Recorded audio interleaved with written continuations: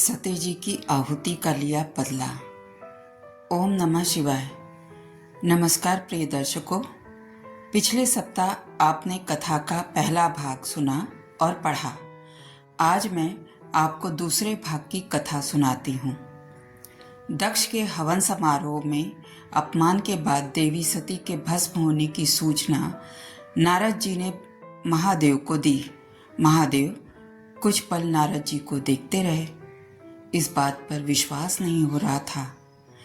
महादेव भर्राए गले से बोले, मेरी पत्नी अपने पिता से उनकी नाराजगी पता करने गई थी, पर उस पिता ने अपनी बेटी को मजबूर कर दिया आहुति देने के लिए। कोई भी पिता इतना निर्मम कैसे हो सकता है? महादेव दुख और क्रोध के आवेग में अपनी जटा का एक बाल तोड़कर उसे कैलाश पर्वत पर दे मारते हैं। उस बाल के दो टुकड़े होते हैं, एक से वीरभद्र उत्पन्न होते हैं और दूसरे से महाकाली। विशालकाय वीरभद्र, जिनकी 1000 भुजाएं थीं, महादेव के सामने प्रकट होकर उन्हें प्रणाम कर पूछते हैं, हे महादेव, आप आज्ञा दें तो मैं पहाड़ को पीसकर मिट्टी कर दूंगा, समुद्र को सुखा दूंगा, सारे ब्रह्मांड को उलट दूंगा। यह शक्ति आपके ही कृपा से मिली है। महादेव आदेश दीजिए, किसका विनाश करना है? नारद जी चुपचाप सब देखे जा रहे थे, पर वो आगामी भयावह हालत की कल्पना कर रहे थे। दक्ष और नारद जी ब्रह्मा जी के मानस पुत्र थे, इसलिए उन्हें अपने भाई की चिंता सताने लगी, पर वह कुछ व्यक्त नहीं कर पा रहे थे। महादेव नारद जी की हालत समझ रहे थे, पर वो सती जी की आहुति का बदला लेना चाहते थे। इधर वीरभद्र जी महादेव का आदेश पाने को आतुर थे।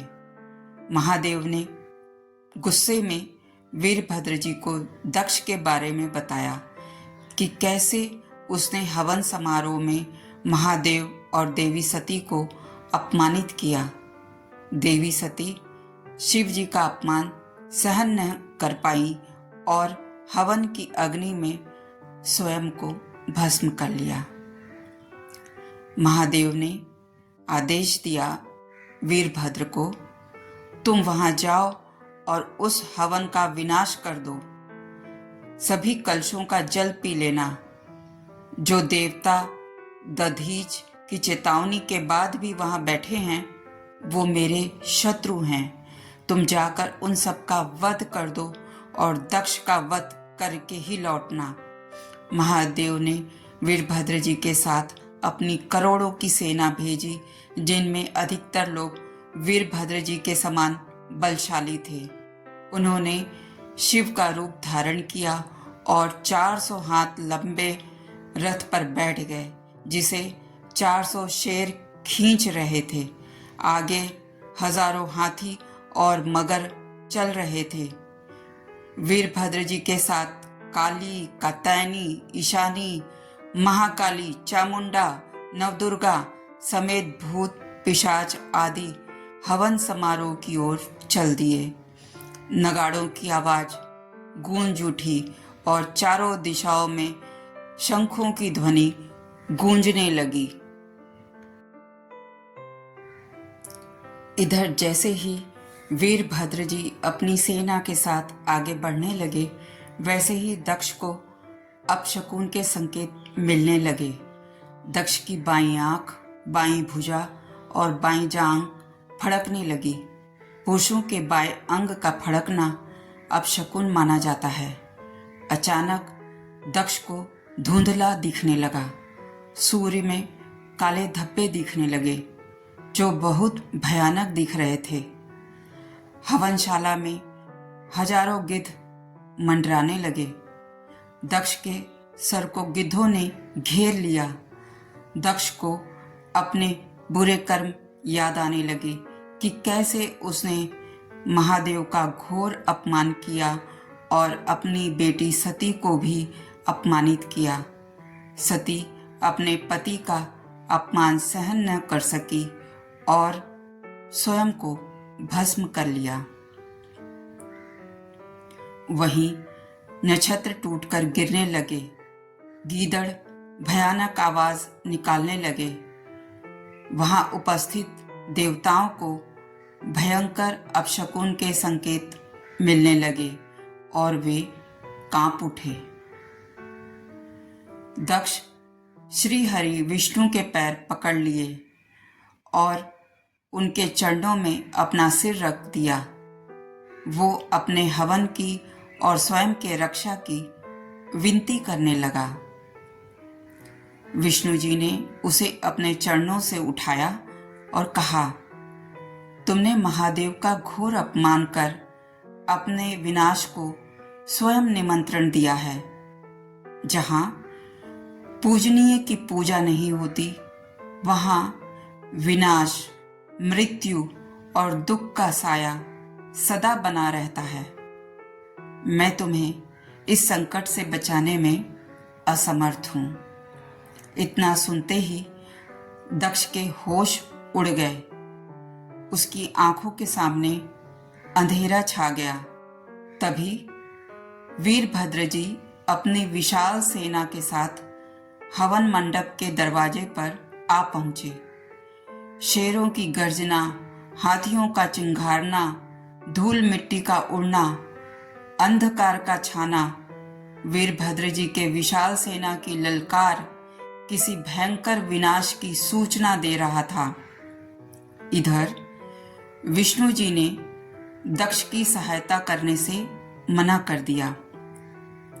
इसके बावजूद दक्ष और उसकी पत्नी फिर से विष्णु जी के चरणों में गिर के सहायता के लिए गिड़गिड़ाने लगे। विष्णु जी ने कहा, मैं तुम्हारी क्या, अपनी भी सहायता नहीं कर सकता। महादेव का सेनापति किसी को भी नहीं छोड़ेगा, चाहे हम कहीं भी भाग जाएं। महादेव की आज्ञा न मान मैं इस हवन में आया तो मुझे भी इसका परिणाम भुगतना पड़ेगा। तभी वीरभद्र अपनी सेना के साथ हवन मंडप में पहुंच गए। वह हवन की सामग्री को तहस नहस करने लगे। कलशों का पानी पी गए और कलशों को भूमि पर पटक दिया। कलश लुढ़कते जा रहे थे। वीरभद्र जी की सेना से बचने के लिए देवताओं ने विवश होकर उनसे युद्ध करना शुरू किया, पर देवता उनका सामना नहीं कर पा रहे थे। आखिर महादेव के स्वरूप का सामना कोई कैसे कर सकता है। तब इंद्रदेव आदि युद्ध के लिए आगे आए। इंद्रदेव ने बृहस्पति से युद्ध की जीत को लेकर पूछा तो उन्होंने कहा, सबको अपनी करनी का फल भुगतना ही पड़ता है। महादेव और सती को अपमानित कर दक्ष ने पाप किया है, इसलिए दंड निश्चित है। तभी शेरों ने दहाड़ा और पूरा वातावरण गूंज उठा। धूल और तेज हवाओं के बीच विशाल सेना को देख सभी देवता भयभीत हो गए। सेना हमला करने के लिए तैयार थी। वीरभद्र जी ने देवताओं पर बाणों की वर्षा शुरू कर दी। भूमि पर शव गिरने लगे। देवता अपनी जान बचाने में असमर्थ हो रहे थे। वो युद्ध छोड़कर भागने लगे। विष्णु जी वीरभद्र जी के सामने पहुंच बोले, मैं भी महादेव का भक्त हूं और दक्ष मेरा बहुत बड़ा भक्त है। उसके बार बार आग्रह करने पर मुझे हवन में आना पड़ा। जिस प्रकार शिव जी अपने भक्तों के अधीन हैं, वैसे ही मैं भी अपने भक्तों के अधीन हूँ। इसलिए इस हवन की रक्षा करना मेरा कर्तव्य है और शिव जी की आज्ञा आपके लिए सर्वोपरि है। यह सुन वीरभद्र जी मुस्कुराए और विष्णु जी को हाथ जोड़कर कहा, आप मेरे लिए शिव जी के समान ही पूजनीय हैं, पर हम दोनों को अपना कर्तव्य निभाना है। आप अपना कर्तव्य निभाइए और मैं अपना कर्तव्य निभाता हूँ। विष्णु जी और वीरभद्र जी के बीच घोर युद्ध हुआ। वीरभद्र जी ने विष्णु जी के सुदर्शन चक्र को जड़ कर दिया और उनके धनुष के 3 टुकड़े कर दिए। विष्णु जी वीरभद्र जी का सामना नहीं कर पा रहे थे, इसलिए अदृश्य हो गए। सभी देवता जो हवन में उपस्थित थे वो शिव जी का ध्यान करते हुए अपने अपने लोक चले गए। बाकी वहां बैठे दक्ष के समर्थकों का वीरभद्र जी और महाकाली देवी ने वध कर दिया। जिन्होंने शिव जी की बुराई कर देवी सती का अपमान किया था, भृगु, पूषा और भग नामक देवताओं को अपनी करनी का फल भुगतना पड़ा। वीरभद्र जी ने उन्हें भी मार डाला। हवनशाला में शवों का अंबार लग गया, कोई जीवित नहीं बचा।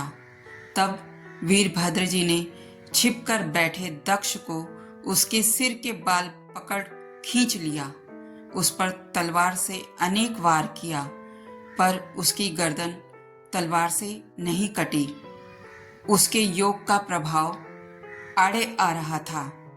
तब वीरभद्र जी ने दक्ष की छाती पर अपने दोनों पैर रखकर उसकी गर्दन दोनों हाथों से मरोड़कर अग्निकुंड में फेंक दिया। जैसे ही दक्ष का वध हुआ, सेना सती माता और भगवान शिव की जय जयकार करने लगी। इसके बाद वीरभद्र जी की सेना खुशी खुशी कैलाश पर्वत की ओर चल पड़ी और महादेव जी के पास पहुंच वीरभद्र जी ने उन्हें जीत की सूचना दी, जिसे सुन महादेव प्रसन्न हुए। प्रिय दर्शकों, कृपया मेरे चैनल मून वीनस क्रिएशन को लाइक और सब्सक्राइब करें और बेल आइकन को अवश्य दबाएं। एक नई कथा के साथ अगले सप्ताह इसी दिन इसी समय यानी सोमवार शाम 4 बजे फिर मिलूंगी। तब तक के लिए ओम नमः शिवाय।